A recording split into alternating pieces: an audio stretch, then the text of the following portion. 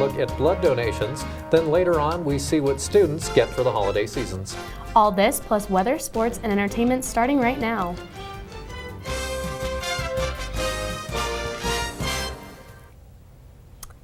Good evening and thanks for watching the last Tuesday news show of this semester. I'm Emily Biffinger. And I'm Willis Scott. Let's get started.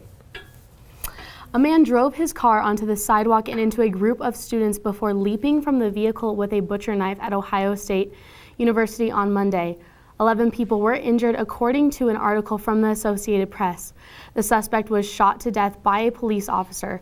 Most were injured because of the car, but at least 2 people were injured from the stabbing. According to AP, one of the injured had a fractured skull. The shelter-in-place warning on the campus was lifted by Monday afternoon. According to AP, students had been advised to run, hide, or fight after having been alerted to an active shooter presence via tweets from the university. There has been an increased concern about attacks such as this from federal law enforcement, according to AP, as knifings or car attacks are easier to accomplish than bombings. Public school districts nearby in Columbus were placed on lockdown Monday. The Ohio State campus was declared safe just hours after the attack, and classes were canceled the remainder of the day. In response to the Ohio incident, the Colorado State University Police Department offers tips and training for emergency situations. While the incident at OSU did not involve a shooter, the responses for violent situations remain the same. CSU PD has contingency plans in the event of such an emergency. While they don't share the details to prevent creating a public safety threat, a general plan can be found online at safety.colostate.edu. Prior to police arriving on scene, there are ways for individuals in emergency situations to stay alive. During any type of emergency, it is important to look for key information. People should be aware of the number of attackers, the appearance and height of the attackers, and the exits closest to them. CSU PD also has a resource video on their website. It provides a basic active shooter training that can be applied to a variety of situations. Students have a variety of options available to them in order to prepare themselves for the impending finals week. Options include workshops offered by the Institute of Learning and Teaching, extended hours at the library, and therapy dogs.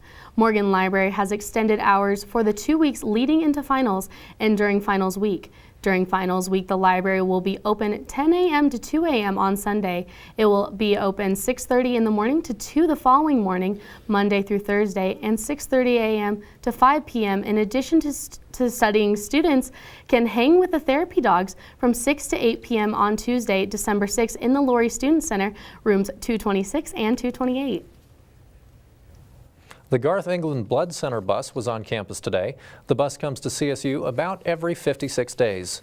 56 days is the minimum waiting period to donate blood after a previous donation.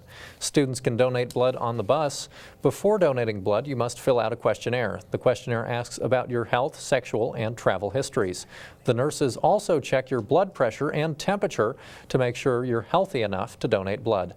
Phlebotomist Meredith Lynch says that they try to make donators as comfortable as possible. 70% of the people we see are anxious to give blood.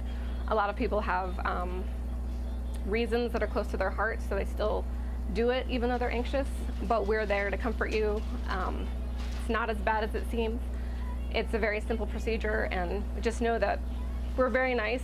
We're not there to hurt you. If anything were to happen, we're all really here just for the good of getting the blood. So we like calm people. We would prefer that you just come in, give it a shot, even if you're nervous. We'd talk you through it.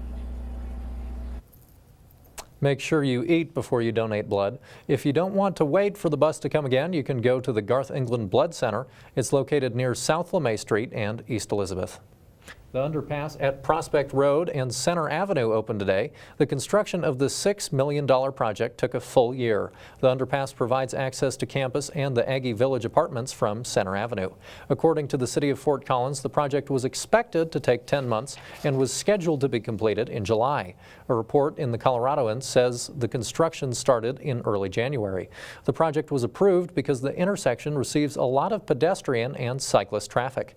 Nearly a quarter of all cyclists motorists and pedestrians entering campus pass through the Prospect and Center intersection. The underpass is not fully complete yet. Contractors are still working to finish a stairway, but both ramps are open. The underpass is part of an agreement between the City of Fort Collins and the university to expand campus and the Prospect corridor. Sometimes finding the perfect gift for someone can be a real challenge. Now that is officially the holiday season, I went to the plaza to ask CSU students what is the weirdest gift they've ever received or given for the holidays. Thanksgiving is over, which means that Christmas time is here. I'm here on the plaza asking CSU students the weirdest thing they've either received or given for Christmas time. Last year I got my friend Keely an acre of land on the moon. I think the weirdest thing I've gotten was last year I got bacon flavored syrup. You know, probably the weirdest gift I've given was to my aunt. We always have an inside joke about having big boobs, and she wants bigger boobs, so I gave her like a fake boob implant with balloons. It was a white gift. It was so funny, white elephant gift. It was hilarious, though. So yeah, it was weird. That was it, definitely. So just last year, my grandma was desperate for stocking stuffers for my brother and I. And we have a couple cats. So she's stopping at Walgreens trying to not let us see what she's stuffing in our stockings. And she grabs a couple of dog toys and puts them in our stockings. And we have no dogs. She has no dogs. There's no one to give these to. I ended up giving it to my girlfriend for her dog at home, but there was no reason to have these snowman launching dog toys. The weirdest thing I've been given, it was for a white elephant thing, and it was like a box of Beats, like headphones, but there was actual Beats in it. So. It's not super weird, but I bought my best friend one of those mermaid tail blankets, and it's really awesome, and I got really excited when I got it. When I got it in the mail, it's like twice as long as I am tall. And I'm just like, oh my gosh, she could like wrap her entire body in this. I thought it was gonna be like the length of her legs, you know, but it's ridiculously long, and I thought it was hilarious. A full-sized turkey that you can shoot a bow and arrow at? Well, it wasn't me who got it, but 2 years ago my mom received nipple tassels from some of her workers.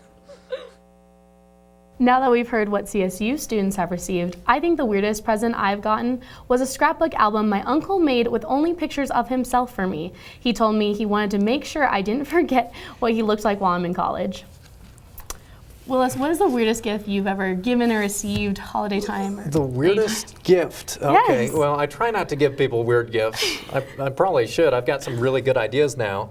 But as far as weird gifts I've gotten, I don't know. I'm glad that you asked, though, because my birthday was just a couple weeks ago, and I want to show everybody what you got me. Take a look at this. These are reindeer socks, very seasonal. Yeah, courtesy of Emily. So I not got a weird those. gift, but a really nice one. I thought they look great on you. Yeah. The red really just pops. I think that photo album idea is a really good one. That sounds pretty neat. What other kind of gifts have you gotten from your uncle? Oh, just from my uncle, he found a painting of a unicorn from like the Ark or somewhere that I'm pretty sure a blind kid painted. But it was really sweet. Like there was some thought in there. I mean, somewhere. Unicorns are nice. Sure. Right, I heard you gave a girl a pony once. Well, yeah. Yeah. Yeah. Uh-huh. Well, that's a story. That's a story. I still have the horse, which is nice. She's got a boyfriend, and I've got my horse. So, all right. That's it for our last news block of the semester. But anchor Elizabeth Prosy has the full weather forecast coming up. Then later we have sports and entertainment.